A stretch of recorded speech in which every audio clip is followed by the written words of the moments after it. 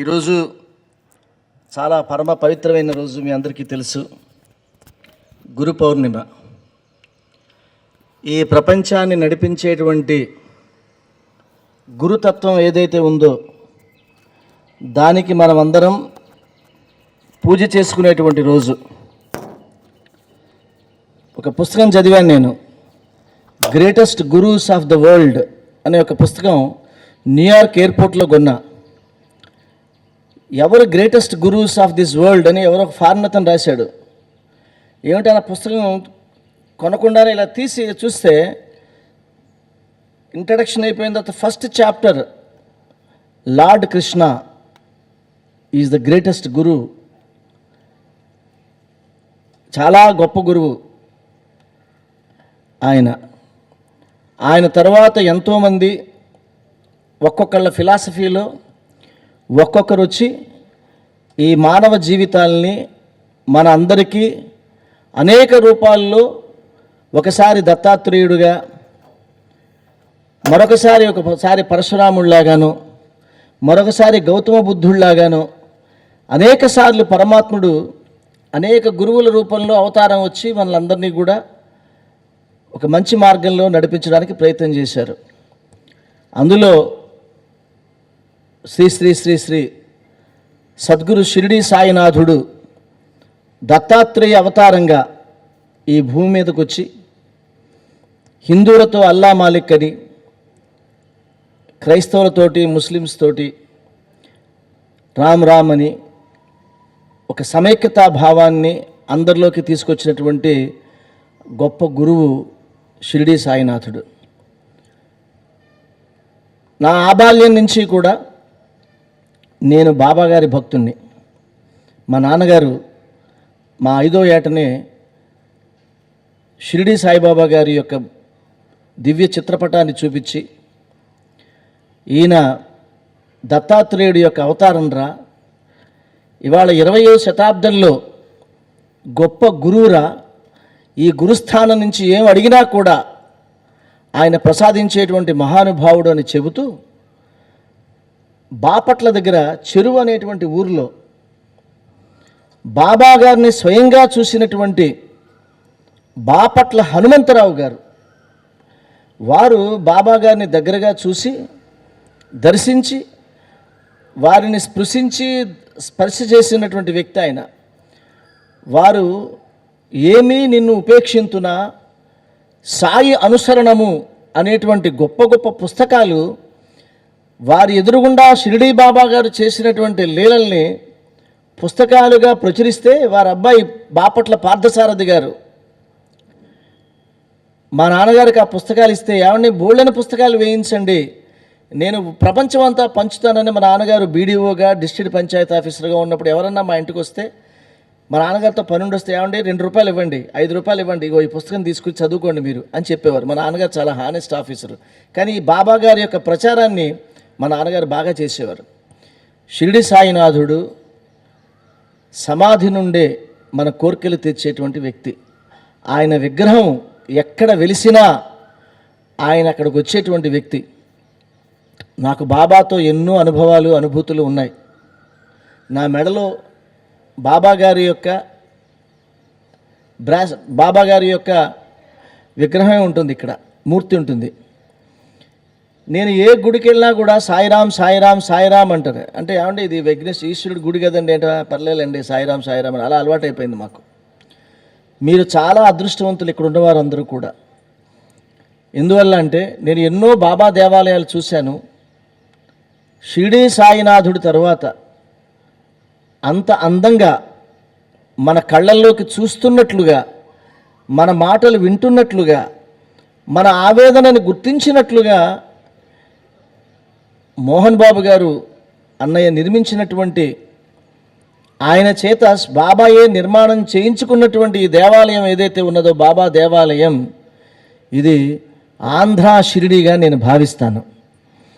అంత అద్భుతమైనటువంటి రూపం బాబా గారిది. ఇక్కడ ఆయనకి స్వర్ణ కిరీట ధారణ చేసి, ఎన్ని పనులున్నా కూడా తమ్ముడు గురు పౌర్ణిమ నేను వెళ్ళిపోవాలి అని గబగబా నిన్న ఫ్లైట్ ఎక్కేసి ఇక్కడికి వచ్చేసారు.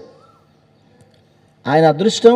నేను ఎక్కువ మాట్లాడట్లేదు, 2-3 పాటలు పాడి ఇక్కడి నుంచి వెళ్తారు, కానీ చెప్పాలి ఆయన చాలా అదృష్టవంతుడు. ఆయన నేను మిలిటరీలో పనిచేశాను, సైనిక్ స్కూల్ కోరుకొండలో 10 సంవత్సరాలు మిలిటరీ డిసిప్లిన్ ఆఫీసర్గా. మేము ఎంత హానెస్ట్గా స్ట్రిక్ట్గా ఉంటామో మా కమాండెంట్ ఆప్షన్స్లో కూడా అంత స్ట్రిక్ట్గా ఉంటుంది. అలాగే మోహన్ బాబు గారు ఎక్కడ ఉన్నా ఆయన క్రమశిక్షణ ఎదురుగుండా ఉన్న మీలోనూ, ఆ మొక్కల్లోనూ, ఆ చెట్లలోనూ, మొత్తం ప్రాంగణమంతా కూడా ఆయన హృదయము, ఆయన యొక్క క్రమశిక్షణ కనిపిస్తాయి. ఇది ఎవ్వరు కాదనలేని మాట. ఇటువంటి క్రమశిక్షణే భక్తి అంటే.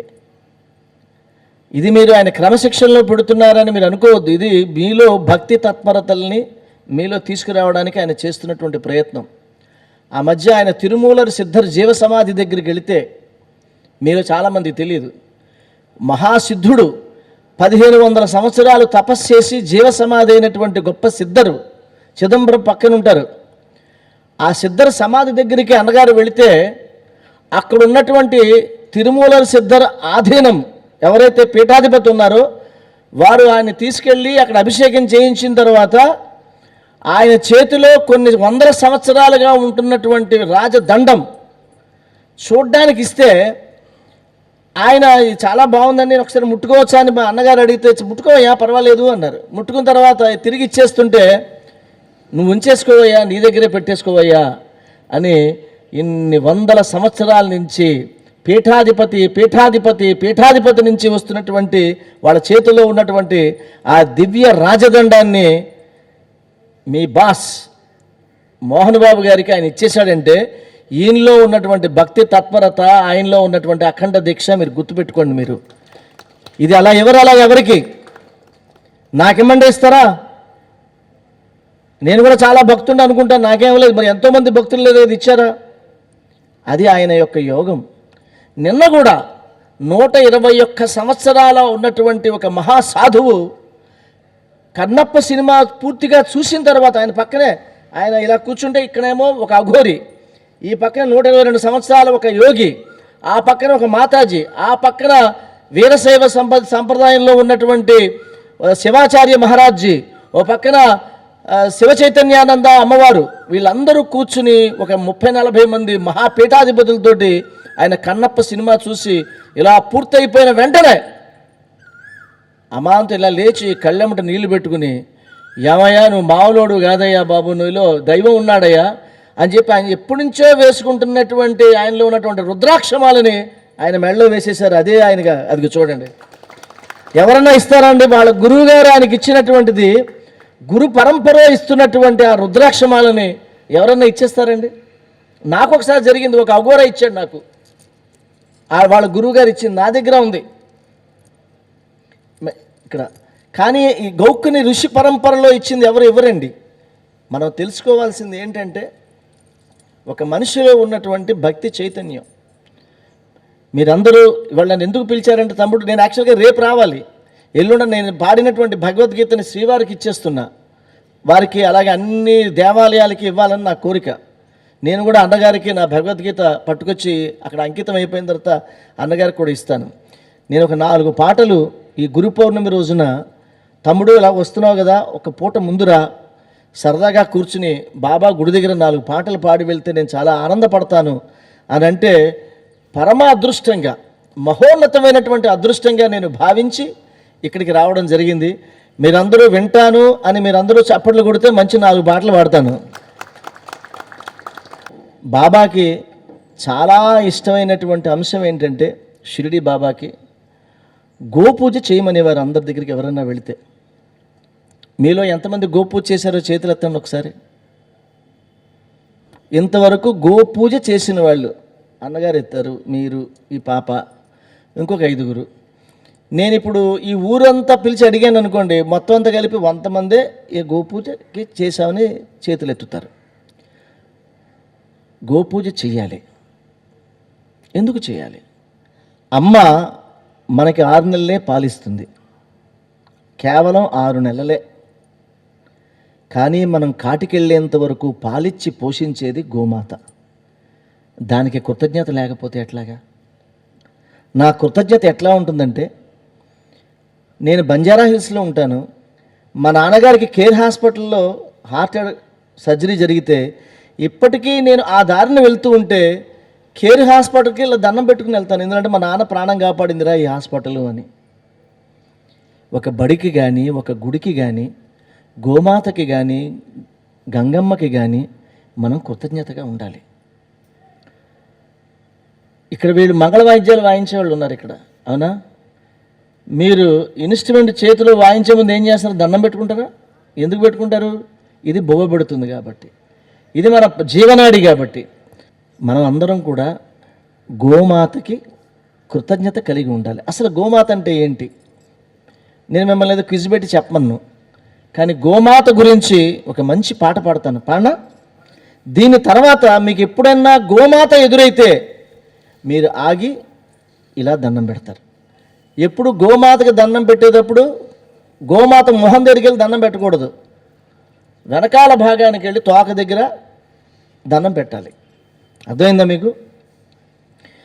ఎంత పుణ్యము ఆవును పూజిస్తే, ఎంత భాగ్యము గోవును సేవిస్తే,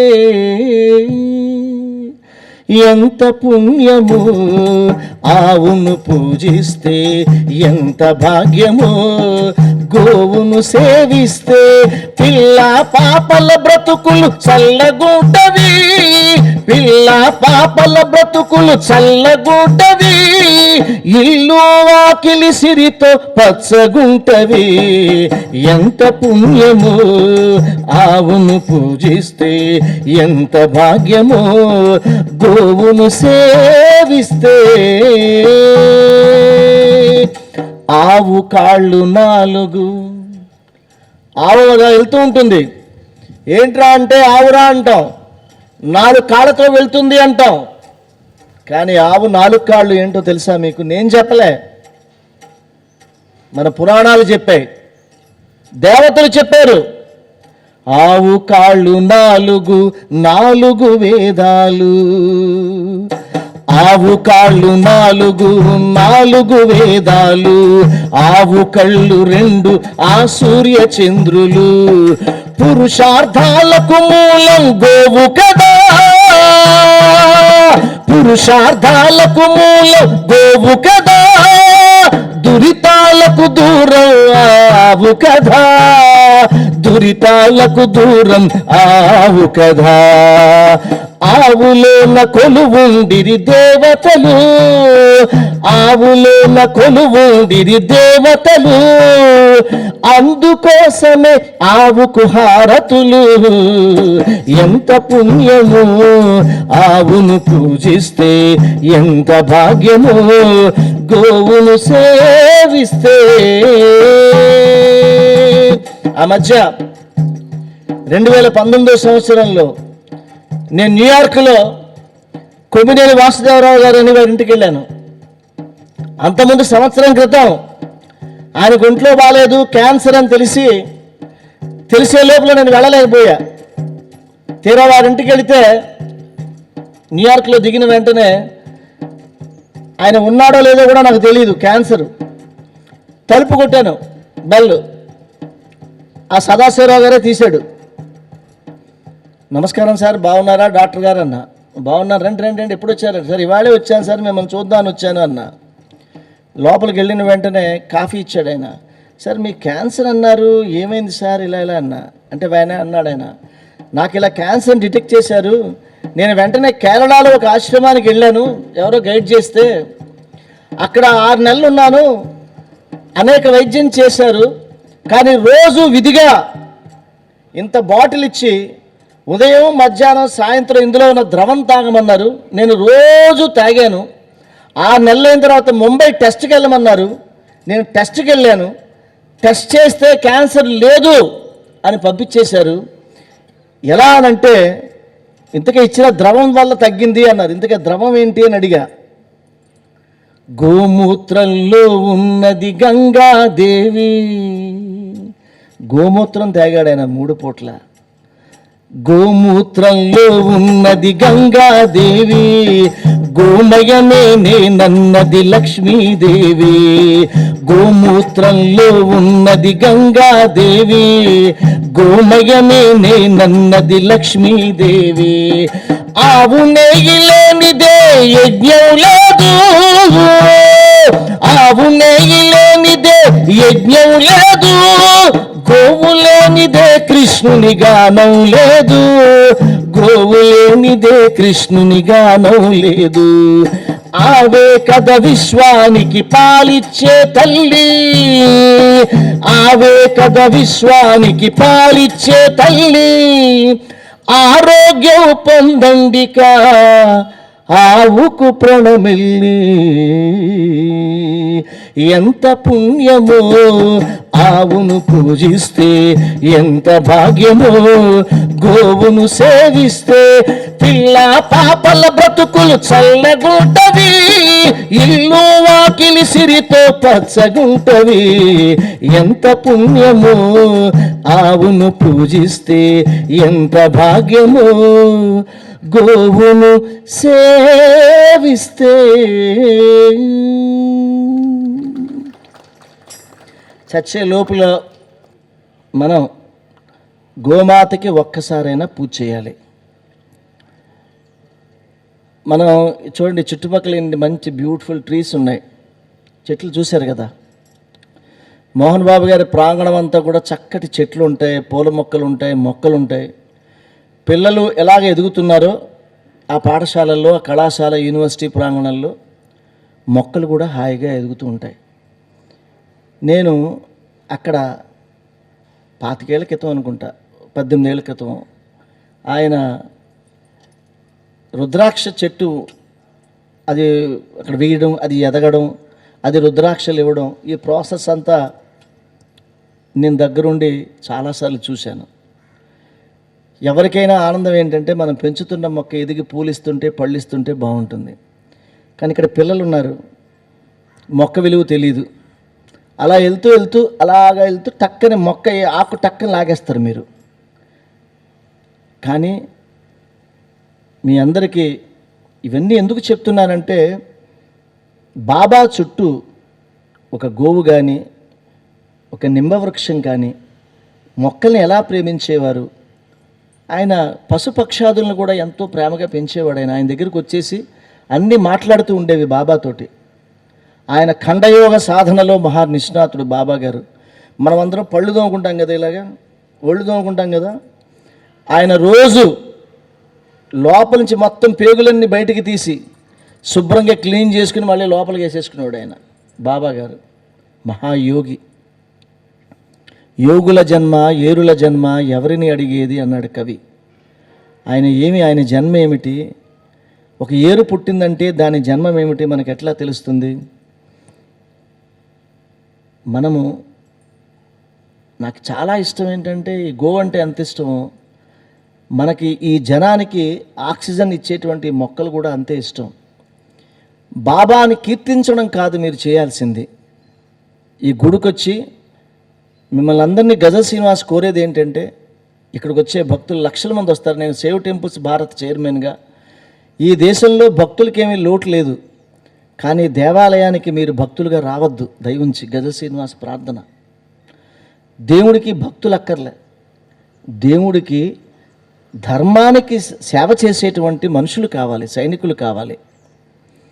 మీరు గుడికొచ్చి గబగబా అక్కడ చెప్పులు ఇప్పేసి ఇష్టం వచ్చినట్టు కాళ్ళు కడుక్కుని అక్కడ ఇష్టం పడేసి గబగబా లోపలికి వెళ్ళిపోయి గోలగోల చేస్తూ గట్టిగా మాట్లాడుతూ ఇతరుల యొక్క భక్తిని నిశ్శబ్దాన్ని చెడగొట్టేస్తూ మళ్ళీ ఇక్కడ ఏదో కాసేపు బాబా నాకు అది ఇచ్చే ఇది ఇచ్చేసి అని కోరుకుంటూ మళ్ళీ వెనక్కి వెళ్ళిపోయి ఏమీ ఉండదు. బాబా దగ్గరికి వచ్చారు, వెళ్ళిపోయారు. అరే ఇక్కడికి వచ్చాము, ఏమంటే కొంచెం ఈ మొక్కలకి నీళ్ళు పోయొచ్చా అండి, ఈ అరుగు తుడవచ్చా అండి, ఈ తలుపు నేను తుడవచ్చా అండి, పూలు ఏమన్నా కట్టచ్చా అండి, ప్రసాదం ఏమన్నా నేను తయారు చేయొచ్చా అండి. ఇది గుడి అంటే. గుడి అంటే ఏంటి? సేవ. ధర్మో రక్షతి రక్షిత అన్నారు కానీ దైవో రక్షతి రక్షిత అని అనలే. ధర్మాన్ని మీరు కాపాడితే దైవం మిమ్మల్ని కాపాడతాడు. నేను ఎందుకు పురాతన దేవాలయాలు జీర్ణోద్ధరణ చేయాలి, గోమాతను కాపాడాలనుకుంటే అది దేవుడికి ఇష్టం కాబట్టి. దేవుడికి ఇష్టమైన చేయాలి, మీకు ఇష్టమైన చేసేయకూడదు. దేవుడు గుడికి వచ్చి దేవుడికి ఏది ఇష్టం? బాబా గోమాతను పెంచాడు, పశుపక్షాదులకి అలా ఆహారం వేస్తుండేవాడు, ఈ మొక్కల్ని పెంచాడు. ఆ మొక్క చూడండి, పిచ్చి తల్లి, ఆ చెట్లు చూడండి, మనతో మాట్లాడడానికి ట్రై చేస్తాయి, కానీ మనకి వినే ఓపిక లేదు. ఆ మొక్క ఏం చెప్తుందో, మనం మొక్క నాటాం, మనిషి మొక్క నాటాడు. మనిషి మానవత్వం చూపించట్లేదు, కానీ నాటిన మొక్క, మనిషి నాటిన మొక్క వృక్షమై మానవత్వాన్ని చూపిస్తుంది అనేది ఒక మంచి గజల్ ఉంది, పాడనా? ఇవాళ నుంచి మీ అభిప్రాయం మారిపోతుంది. వరే గబగబా నేను మొక్కకి నీళ్ళు పోయాలరా, అయ్యే మొక్క ఆకు కొయ్యకూడదు రోయ్, ఇది నా కోసమే ఉందిరా, దేవుడు నా కోసమే సృష్టించాడు రా అని మీకు అనిపిస్తుంది. అది బాబా మనకి చెప్పింది భక్తి సూత్రాల్లో. జీవిత సత్యాన్ని గూర్చి చెట్టేమని అంటుంది. Life truth. ఇవాళ మీరు కట్టుకున్న బట్టలు కానీ, నేను వేసుకున్న ఈ కంకణాలు కానీ, ఇవేమీ ఉండవు. ఒక రోజున మనకి తెలియకుండానే మనం చచ్చిపోతాం, మట్టిలో కలిసిపోతాం. కానీ జీవిత సత్యం ఏమిటంటే పరమాత్ముడు ఒక్కడే శాశ్వతం. పరమాత్ముడికే పుట్టుక లేదు, పరమాత్ముడికే చావు లేదు. మిగిలిన వాటన్నిటికీ అంతం ఉంది.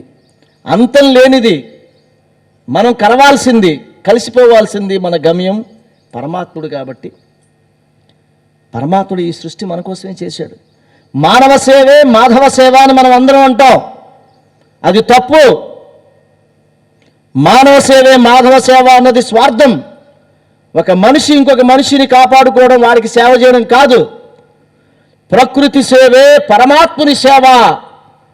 ఈ ప్రకృతి అంతా మన కోసమే దేవుడు సృష్టించాడు. ఆక్సిజన్ ఎక్కడి నుంచి వస్తుంది? కూరగాయలు ఎక్కడి నుంచి వస్తున్నాయి? పాలు ఎక్కడి నుంచి వస్తున్నాయి? ఇవన్నీ ప్రకృతి నుంచి తీసేసుకుని వాటిని ధ్వంసం చేసేసి మనిషి కాపాడుకుంటానంటే దేవుడు ఊరుకుంటాడా? అందుకనే హుదూదులు వస్తాయి, అందుకనే తుఫాన్లు వస్తాయి, అందుకనే విస్ఫోటనాలు జరుగుతాయి. అందుకనే పరమాత్ముడు మనకి ఇంత చక్కటి ప్రకృతి ఇచ్చాడు. మోహన్ బాబు గారి యూనివర్సిటీలో ఉన్నది ఏంటి అంటే ప్రకృతి. ఎంత అద్భుతమైన ప్రకృతి ఇది. అలా ఖాళీగా ఉంచాడన్నా, ఎక్కడన్నా ఒక ప్లేస్ చూడండి. ఆయన ప్రతి మొక్క ఆయనకి గుర్తు. మాతో కూర్చుంటాడు హైదరాబాద్లోనో ఇంకొక్కడో. యూనివర్సిటీ అంతా ఆత్మంతా అలా ఆయన ఆత్మంతా తిరుగుతూ ఉంటుంది. మెస్లోకి వెళ్తుంది ఆయన ఆత్మ, ఆఫీస్లోకి వెళ్తుంది, క్లాస్ రూమ్లోకి వెళ్తుంది, అడ్మినిస్ట్రేటివ్ బ్లాక్లోకి వెళ్తుంది. షిరిడి బాబా కూడా తాళం వేశారా లేదో చూసుకుంటూ ఉంటాడు, ఫోన్లో చూసుకుంటూ ఉంటాడు. ఆయన ఆత్మ పరిభ్రమణం ఇలా జరుగుతూ ఉంటుంది. అది ఇక్కడ ఉన్నటువంటి పిల్లల మీద, ఈ క్యాంపస్ మీద ఆయనకున్నటువంటి ప్రేమ. నేను ఆయన పొగడ్డానికి రాలే, ఇది విస్తృతి, ఒక ఆత్మ యొక్క విస్తృతి. అందుకని ఈ చెట్టు ఏం చెప్తుంది అన్నది మీరు నచ్చిన చోటలో మీరు చప్పట్లు కొట్టాలి. ఓకే, నేను తప్పు చెప్తే చప్పట్లు కొట్టద్దు, ఓకేనా? జాగ్రత్తగా వినండి. నా పాటలు మీకు మళ్ళీ ఎక్కడ యూట్యూబ్లో ఎక్కడ దొరకవు. మళ్ళీ నా అన్నగారు నన్ను పిలిపించి పాడించాల్సిందే. గజ శ్రీనివాస్ పాట దొరకదు మీకు అంత ఈజీగా. సో జీవిత సత్యాన్ని గూర్చి చెట్టేమని అంటుంది. జీవిత సత్యాన్ని గూర్చి చెట్టేమని అంటుంది. ప్రతిఫలమును ఆశింపక, ప్రతిఫలమును ఆశింపక. ఆయన మంగళ వాయిద్యాలు వాయిస్తారు, జీతం ఇవ్వకపోతే వాయిస్తారా మీరు? ఇక్కడున్న మనం అందరం కూడా ఏదో ప్రతిఫలం ఆశించే బతుకుతాం. కానీ చెట్టు మిమ్మల్ని ఏమైనా అడిగింది ఎప్పుడన్నా? గోదావరి నదిలోకి వెళ్ళండి, ఆ గోదావరి నది తన నీళ్లు తాను తాగడం మీరు ఎప్పుడైనా చూసారా? ఒక చెట్టు తన నీడలో తాను పడుకోవడం మీరు చూసారా ఎప్పుడన్నా?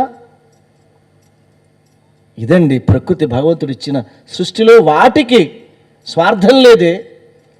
ప్రకృతే సృష్టించిన మనకేంటంటే పొద్దున్నే లేస్తే ఎలా సంపాదిద్దామా, ఎవరిది కొట్టేద్దామా, ఎలాగ ఈ చుట్టుపక్కల ఇదంతా కూడి సర్వనాశనం చేసేద్దామా, అదే ఇన్స్టిట్యూషన్ ధ్వంసం చేసేద్దామనే దురాలోచనలు చుట్టుపక్కల ఉన్న వాళ్ళకి అందరికీ. ఏ ప్రతిఫలాపేక్ష లేకుండా ఈ ప్రకృతి ఉంది.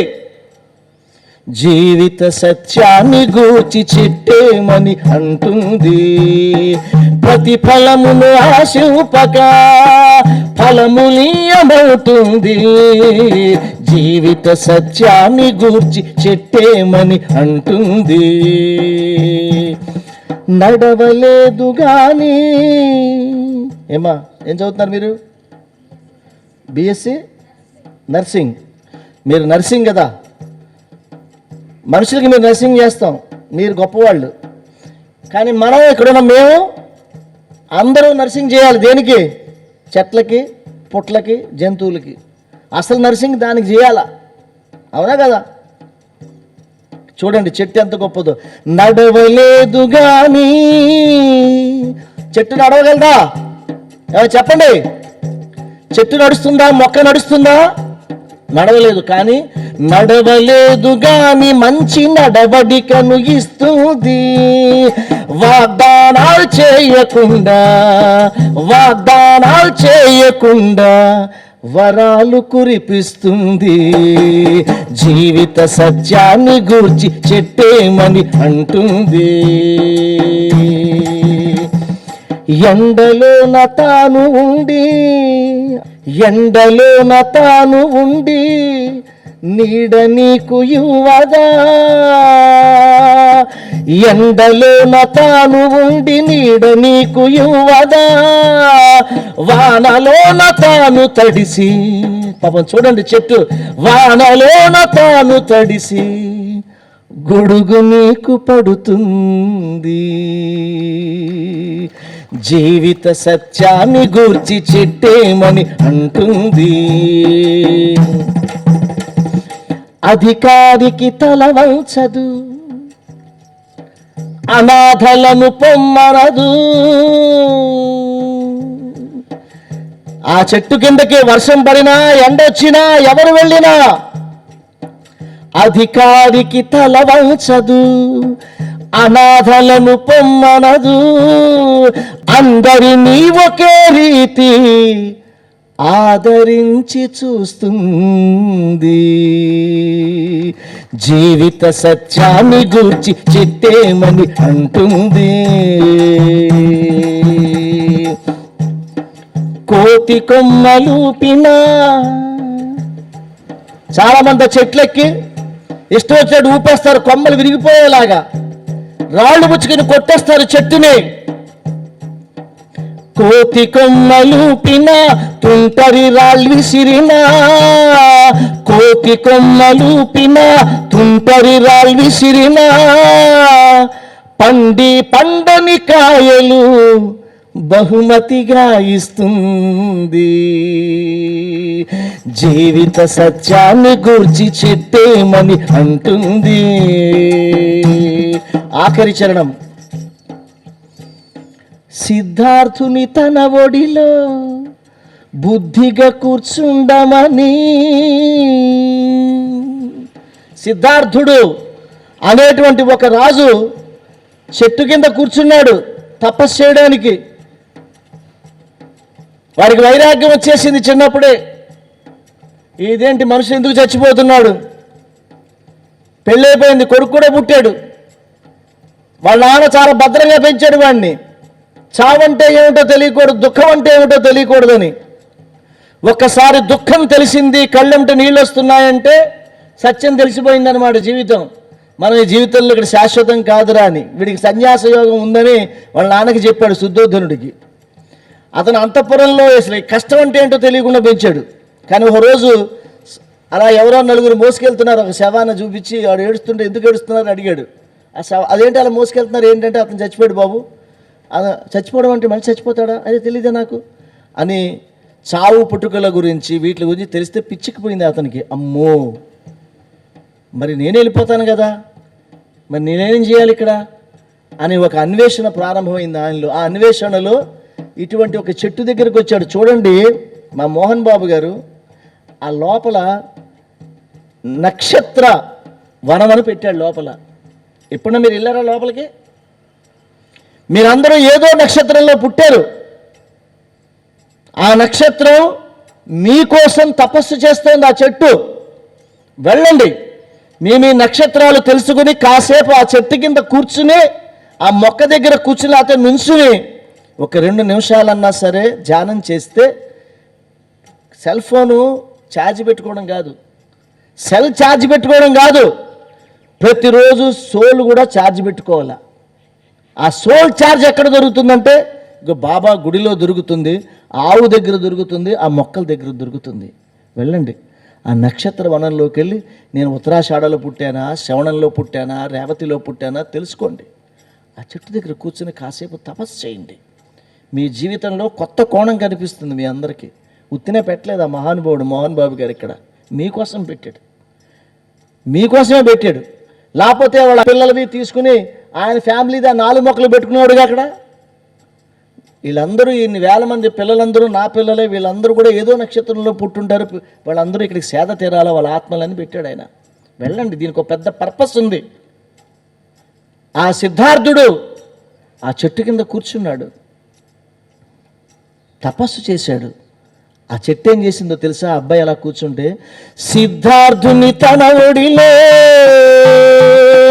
సిద్ధార్థుని తన ఒడిలో, సిద్ధార్థుని తన ఒడిలో బుద్ధిగా కూర్చుండమని. తెలుగు మాస్టర్ క్లాస్ రూముల్లో పాఠ్యాంశాలే కాదు, జీవిత అంశాలు కూడా మన పిల్లలకి తెలియాలి. ఇటువంటివి చెప్పాలి మనం. సిద్ధార్థుని తన ఒడిలో బుద్ధిగా కూర్చుండమని, బుద్ధునిలా ఉండేలా బుద్ధి గరిపి పంపింది. జీవిత సత్యాన్ని గూర్చి చిట్టేమని అంటుంది. ప్రతిఫలమును ఆశింపక ఫలములీయమవుతుంది. జీవిత సత్యాన్ని గూర్చి చెట్టేమని అంటుంది.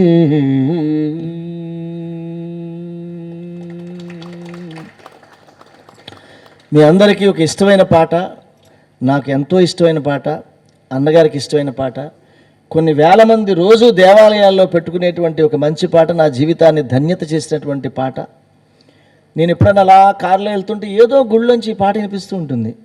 నాకు ఎవరో వాళ్ళు సార్ మీ పాట వస్తుంది సార్ అంటుంటారు. నేను ఇంకొక 50 ఏళ్ళ తర్వాత 40 ఏళ్ళ తర్వాత ఉండకపోవచ్చు ఈ భూమి మీద, కానీ ఆ పాట ప్రతి గుళ్ళోనూ మారుమోగుతూ ఉంటుంది. ఈ మంగళ వాయిద్యాలు వాయించేవాళ్ళు కూడా ఆ పాట నేను దర్బారీ కానడ రాగంలో చేస్తే ఇప్పటికీ ప్లే చేసుకుంటూ ఉంటారు. చాలా చోట్ల పెళ్ళిళ్ళు కూడా వాయిస్తుంటారు ఆ పాటని. నేను ఆ తిరుమల కొండ మీదకి వెళ్ళినప్పుడు మనం అందరం స్వామిని నోట్లో, కోట్లో, సీట్లో, ఓట్లో అడుగుతాం. కానీ ఎవ్వరం కూడా ఆ వెంకటేశ్వర స్వామినో ఈ సాయినాథుణ్ణో మా ఇంటికి రావయ్యా, నేను చాలా పేదవాడిని, మా ఇంటికి రావయ్యా, మా ఇంట్లో ఏదుంటో అది వేసి నీకు పెడతానయ్యా, రావయ్యా స్వామి వెంకటేశ్వర స్వామి, ఓ సాయినాథ, నా ఇష్టదైవమా, నా కులదైవమా, నా గుణదైవమా, రావయ్యా స్వామి అని ప్రేమగా ఆ దేవుణ్ణి ఇంటికి పిలిస్తే, ఆ దేవుడు మన ఇంటికి వస్తే ఆ స్వామికి ఎలా మర్యాద చేస్తాము అన్నది పాట. పాడనా? మనమందరం డబ్బున్న వాళ్ళమా పేదవాళ్ళమా? మనమందరం మోహన్ బాబు గారు ఉంటే మీరు ఎవరు మాట్లాడరు నాకు తెలుసు. కాసేపు అన్నయ్య ఇక్కడ ఉన్నారని మర్చిపోండి మీరు. చెప్పండి, ఇక్కడ మనం డబ్బున్న వాళ్ళమా పేదవాళ్ళమా? దేవుడు ఉన్నవాళ్ళు కాబట్టి మనం అందరం ఉన్నవాళ్ళం. అంటే ఎలాగా? దేవుడు ఉన్నవాళ్ళం. నేను ఒక పాట రాశాను, అందులో ఏంటంటే ఉన్నదంతా నీకిచ్చి వెంకటేశ్వర, నమ్మే దైవం మీ ఇంటికి వస్తే మీరు ఎలా మర్యాద చేస్తారో దాన్ని పాట రాశా, వినండి. సో ఒకసారి రావాలని సామి ఎన్నాళ్ళుగా పిలుస్తుంటే సామి, ఒక్కసారి రావాలని సామి, ఎన్నాళ్ళుగా పిలుస్తుంటి సామి. వేడి వేడి అన్నల్లో వెన్న పూసనే వేస్తా, వేడి వేడి అన్నల్లో వెన్న పూసనే వేస్తా. ఆయన వస్తే మన దగ్గర పంచభక్ష పరమాలు ఉన్నాయో లేవో మన ఇంట్లో, కానీ స్వామి నేను పేదోడినయ్యా,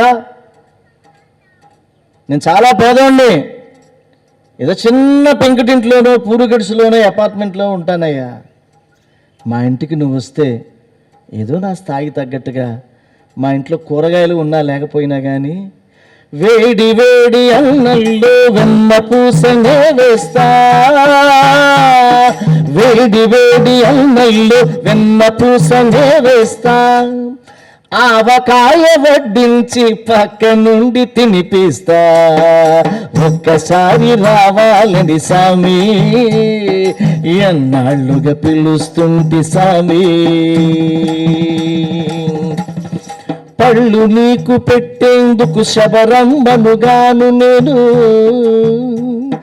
పలహారాలిచ్చేందుకు మహారాజునుగాను నేను, పళ్ళు తెచ్చి పెట్టేందుకు శబరంబనుగాను నేను,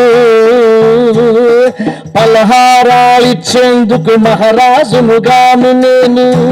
ఈ పేదింట్లో వంట తింటే పేరే మీ తరగదులే, ఈ పేదింట్లో వంట తింటే పేరే మీ తరగదులే. మా ఇంట్లో డైనింగ్ టేబుల్ కూడా లేదు, గొంగట్లో కూకుంటే సామే, గొంగట్లో కూకుంటే గొప్పేమి కరగదులే. ఒక్కసారి రావాలని సామి, ఎన్నాళ్ళుగా పిలుస్తుంటే సామి.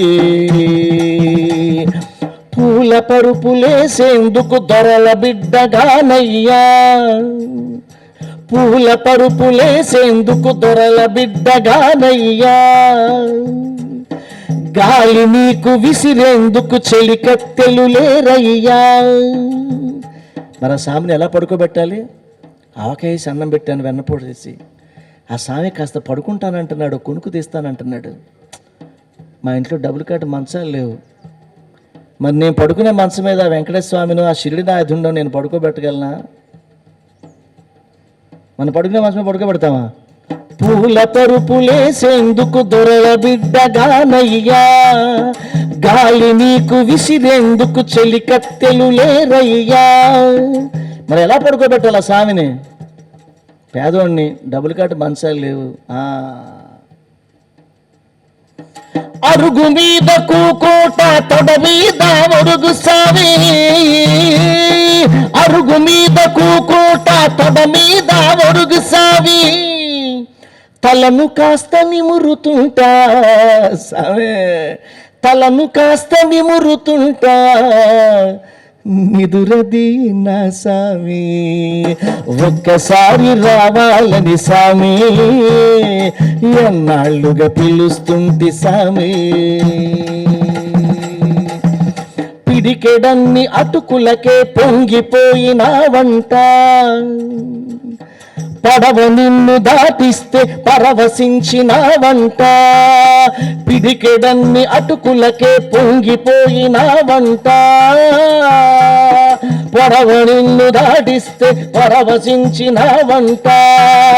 యోతటి దయగలవాడో వెంకటేశుడనుకోటి,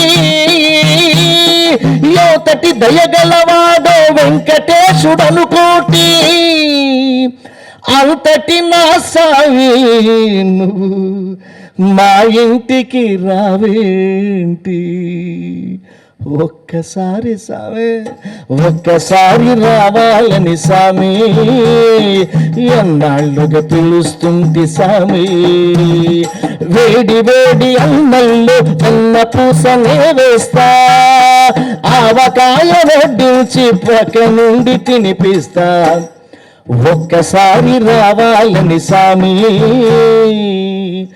ఎన్నాళ్ళుగా పిలుస్తుంటి సామి.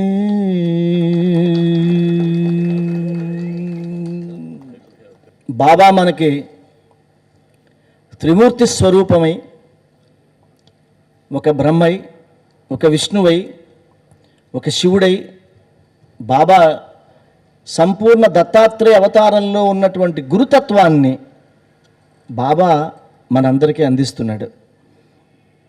మీరు శివ అన్న, రామ అన్న, అమ్మవారిని పిలిచిన అంతా కూడా తత్వమే, గురుతత్వం. ఇవాళ ఈ కలియుగంలో, ఈనాటి 20వ శతాబ్దంలో మనకు దొరికినటువంటి గొప్ప నామము, గొప్ప పదము, పాదము, అది కూడా షిరిడి సాయినాథుడి యొక్క పాదాలు. సాయి తత్వము చాలా గొప్పది. నేను చివరిలో ఆ సాయి తత్వం గురించి పాడి నా కార్యక్రమాన్ని ముగిస్తాను. ఇప్పుడు నేను పాడబోయే పాట, దేవుడు అన్నగారు, ఈ పాట మీరు వినాలి, చాలా గొప్పగా ఉంటుంది. నేనే రాశాను ఈ పాట. ఓకే, ఈ పాట వినండి, మీరు చాలా ఆనందపడతారు. నేనే రాశాను. ఒక్కోసారి జీవితంలో అనిపిస్తుంది, బాబా గురించి ఒక 2 మాటలు చెప్తాను. బంగారు అని పిలిచే బాబా మనతో ఉంటే భయమెందుకురా, బాధల బరువెందుకురా, సాయిరాం సాయిరాం సాయిరాం సాయిరాం. అదిగో అది ఆదుకునే అభయహస్తము, ఆత్మలతో చేయి కలుపు అమృతనేస్తము. బాధనే మాట లేదు నమ్మకముంటే, గుర్తుపెట్టుకోండి మీరు, బాధనే మాట లేదు నమ్మకముంటే హాయి కదా బ్రతుకంతా ఈ సాయి వెంట ఉంటే, మన సాయి వెంట ఉంటే. బంగారు అని పిలిచే బాబా మనతో ఉంటే భయమెందుకురా, బాధల బరువెందుకురా. అమ్మలోని ఆ అమృత తత్వం ఏదైతే ఉందో అదే షిరిడి సాయి తత్వం. అమ్మతనమే షిరిడి సాయి తత్వం. అమ్మా అని అనిపించిందంటే ఆ సాయినాథుడు, ఆయన తలుచుకుంటూ జీవితంలో మనకి చాలాసార్లు మనకేంటి, మనం అనుకున్నది మనకి దొరకలేదేంటి, మనకి లభించట్లేదేంటి అంటే దేవుడి లోపమా, భక్తి లోపమా? ఎందువల్ల నువ్వు అనుకున్నది దేవుడు నీకు ఇవ్వడం లేదు? దేవుడు నీకు ఇవ్వడానికే ఉన్నాడు. దేవుడు నీకు అన్ని ఇవ్వడానికే ఉన్నాడు. వాడు ఇవ్వడం లేదు అనంటే నీ భక్తి లోపమే కానీ అతని లోపం లేదు. అది తెలుసుకోవడం కోసం కొన్ని ఎగ్జాంపుల్స్ తోటి, ఉదాహరణలతోటి, మన మైథాలజీలో ఉదాహరణలతోటి ఒక పాట రాశాను. ఇది వినండి, మీకు నచ్చుతుంది. ఎందుకురా నిందలు గోవిందుడు రాలేదని, ఎందుకురా ఆ నిందలు గోవిందుడు రాలేదని, ఎందుకురా ఆ నిందలు గోవిందుడు రాలేదని. ఎప్పుడైనా పిలిచావా, ఎప్పుడైనా పిలిచావా సర్వం తానేనని. ఎందుకురా ఆ నిందలు గోవిందుడు రాలేదని. ఎప్పుడైనా పిలిచావా సర్వం తానేనని. ఎందుకురా ఆ నిందలు గోవిందుడు రాలేదని. ఏమి పెట్టినా ఆరగించడు, ఏమైనది గోవిందునకు. ఏమి పెట్టినా ఆరగించడు, ఏమైనది గోవిందునకు. మీరు ఉగాది రోజున, సంక్రాంతి రోజున, దసరా రోజున, వినాయక చవితి రోజున బోళ్ళని వండేసి పెట్టేస్తారు దేవుడి దగ్గర. తిన్నాడా లేదా అని డౌటు.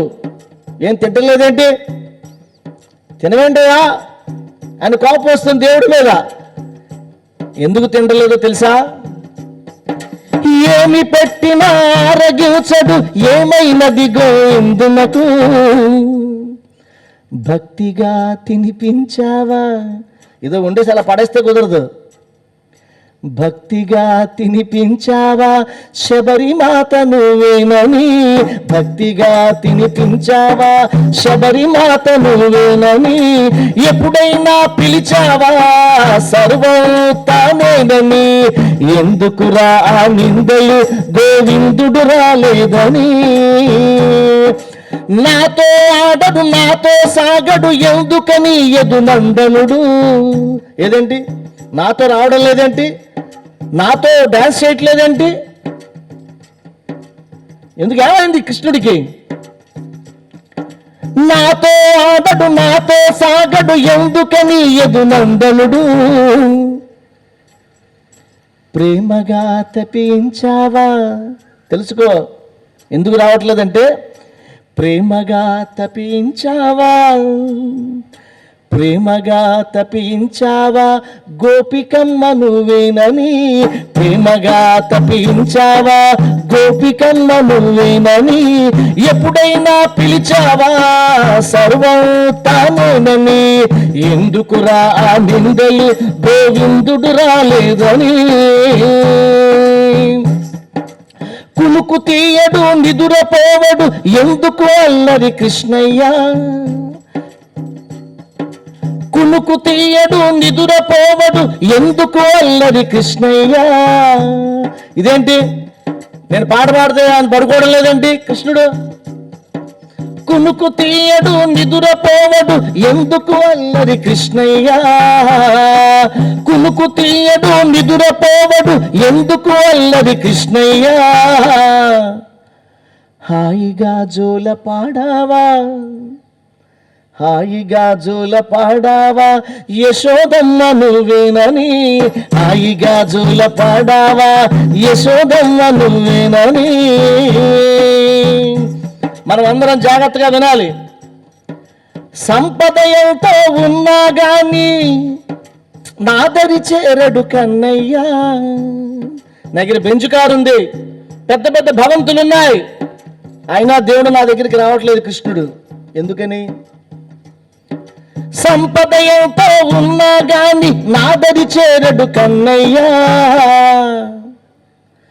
అటుకులతో మురిపించావా, అటుకులతో మురిపించావా కుచేలయ్య నువ్వేనని, అటుకులతో మురిపించావా కుచేలయ్య నువ్వేనని, ఎప్పుడైనా పిలిచావా సర్వం తానేనని, ఎందుకురా ఆ నిందలు గోవిందుడు రాలేదని.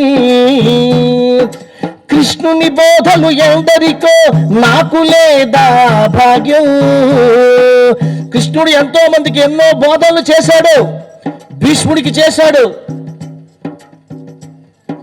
ద్రౌపదికి చేశాడు, కుంతీదేవికి చేశాడు, విదురుడికి చేశాడు, ఎన్నో బోధలు. మరి నాకు చేయలేదేంటి? కృష్ణుని బోధలు ఎందరికో నాకు లేదా భాగ్యం, ఎప్పుడైనా శిరసుంచావా. దేవుడు గుడికి వెళ్ళి కూడా ఇలా చూస్తుంటాం మనం. ఎప్పుడైనా శిరసుంచావా పార్థభక్తి నువ్వేనని, ఎప్పుడైనా శిరసుంచావా పార్థభక్తి నువ్వేనని, ఎప్పుడైనా పిలిచావా సర్వం నాదేనని, ఎందుకురా ఆ నిందలు. భక్తులందరూ తరించారు. ఇంత చెప్పాను కదా, శబరి, యశోదమ్మ, గోపికలు, కుచేలుడు వాళ్ళ వాళ్ళ రీతిలో దేవుణ్ణి ప్రసన్నం చేసుకున్నారు. మరి మనం కూడా చేసుకోవాలి కదా, గుడికి వచ్చాం కదా. ఎందరెందరో తరించారు, ఎందరెందరో తరించారు గజలు సీనయ్య పదమేమి. మరి నా మార్గం ఏంటి? ఆయన్ని ప్రసన్నం చేసుకోవడానికి. భక్తులెందరో తరించారు గజలు సీనయ్య పదమేమి, గుండె నిండుగా పాడుకో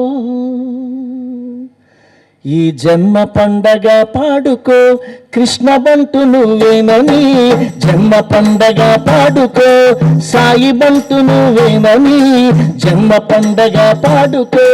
కృష్ణ బంటు నువ్వేనని ఎప్పుడైనా పిలిచావా, సర్వం తానేనని.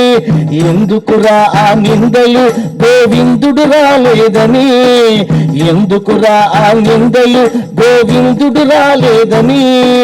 ఎప్పుడైనా పిలిచావా, సర్వం తానేనని. దయవుంచి భక్తి అనేది గుడికి వెళ్ళడం ఫ్యాషను, బొట్టు పెట్టుకోవడం ఫ్యాషను, సరదాగా ఏదీ లేదు. సనాతన ధర్మం చాలా గొప్పది. మన జీవన విధానంలో మనమందరం ఈ ధర్మంలో పుట్టినందుకు చాలా గర్వపడాలి. మీరందరూ గజ శ్రీనివాస్ కోరేది ఒకటే, భగవంతుడి యొక్క సృష్టిలో ఈ చుట్టూ ఇలా చూడండి ఒకసారి, ఇలా తిప్పండి, ఇలాగ తలకే కనిపించాయి ఏమన్నా, అన్నీ చూస్తున్నారు కదా. ఆ పైకి వెళ్ళి చూసినా కూడా, అంతరిక్షంలోకి వెళ్ళి చూసినా సరే, భగవంతుడి సృష్టిలో ప్రతి దానికి ఒక ఎక్స్పైరీ డేట్ ఉంది. అన్నీ చచ్చిపోతాయి, అన్నీ మూలబడిపోతాయి. 100 ఏళ్ల తర్వాత ఇదే అరుగు మీద ఇక్కడ కూర్చున్నప్పుడు మనం ఎవ్వరు ఉండం, ఇక్కడ ఎవరు ఉండం. మరో కొత్త తరం వచ్చి కూర్చుంటుంది, బాబా దర్శనానికి వస్తూ ఉంటుంది. మోహన్ బాబు గారి మనవడు అక్కడ కూర్చుని మళ్ళీ ఇలాగే గజ శ్రీనివాస్ వారసుడు ఎవడన్నా ఉంటే వాడిని కూర్చోబెట్టి మళ్ళీ పాటలు పాడిస్తాడు వాళ్ళ మనవడు. భగవంతుడి సృష్టిలో ప్రతిదానికి ఒక ఎక్స్పైరీ డేట్ ఉంటుంది. కానీ ఎక్స్పైరీ డేట్ లేనిది ఒకటే, అది కృతజ్ఞత. కృతజ్ఞత అంటే ఏంటో తెలుసు కదా. అయ్యా ఇది చేసావు, ధన్యవాదాలయ్యా. నాకు ఇంత బొవ్వ పెట్టావు, రూపాయి ఇచ్చావు, ధన్యవాదాలయ్యా. నాకు చదువు చెప్పించావు, ధన్యవాదాలయ్యా. ఈ జన్మిచ్చావు, ధన్యవాదాలయ్యా. ఇవాళ ఆకలి తీరుతోంది, ధన్యవాదాలయ్యా. ఎవడో అన్నదానం చేశాడు, ధన్యవాదాలయ్యా. భగవంతుడికి రోజు కృతజ్ఞత తెలుపుకుంటే చాలు. మనకి జన్మిచ్చినందుకు ఎన్నిసార్లు భగవంతుడికి కృతజ్ఞతలు చెప్పుకున్నా తనివి తీరదు. నేను ఎన్నిసార్లు భగవంతుడికి కృతజ్ఞతలు తెలుపుకుంటానో చెప్పలేను నేను. మీకు టైం ఉంటే ఎక్కడ కూర్చున్నా ఆయన నామస్మరణ చేయడమే గొప్ప కృతజ్ఞత. స్వామి థ్యాంక్ యూ చెప్పడం కాదు, ఆయన నామస్మరణం. ఎందుకంటే ఖాళీగా కూర్చున్నప్పుడు అలా కూర్చున్న ఆ కబుర్లు ఈ కబుర్లు. ఎంతోమంది యోగులు చెప్పానుగా 122 సంవత్సరాల యోగి, 500 సంవత్సరాల యోగిని కూడా చూశాను నేను. వాళ్ళందరూ కూడా నిత్యం నామస్మరణలో ఉంటారు. ఎప్పుడు కూడా సాయినామస్మరణను, గోవిందనామస్మరణ, పంచాక్షరియో అష్టాక్షరియో, ఓం నమ శివాయ, ఓం నమో నారాయణాయ. రామానుజులాచార్య వారు ఇచ్చినటువంటి నామం ఓం నమో నారాయణాయ. శంకరాచార్యులు వారు ఓం నమ శివాయ, జయ సాయినాథ్, ఓం సాయినాథాయ నమః. ఇవన్నీ జరుపుకుంటూ హ్యాపీగా గడపండి. ఓకేనా? మీ అందరికీ ధన్యవాదాలు. నమస్కారం.